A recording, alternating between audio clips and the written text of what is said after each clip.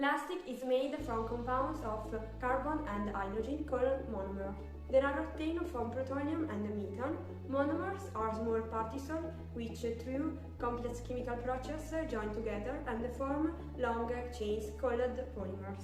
But how did plastic come about? How long has it existed? The history of plastic began in 1862 when the English chemist Alexander Parker created the first semi-synthetic plastic material. It was in 1869, however, that the new material took an industrial role. John Wesley Hite perfected Parker's formula, mixing cellulose and camphor to obtain celluloid. Plastic is not biodegradable, but is recyclable. Petroleum-derived plastics are resistant, but on the other hand they are made with materials that are harmful to the environment. They are neither biodegradable nor compostable and often cannot be recycled. Plastic waste is choking your planet, polluting the air, water and soil.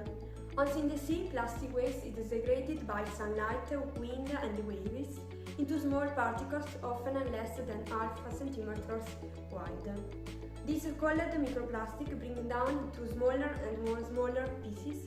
Meanwhile, plastic microfibers are also being found in city water systems that provide drinking water and also float in the air. Every year, millions of animals are killed by plastic. Birds, fishes and other marine organisms. About 700 species, including those at risk of extinction, are known to have been affected by plastic in some way. Our dependence upon plastic has an increasingly serious downside because we make so much of it and throw so much of it away.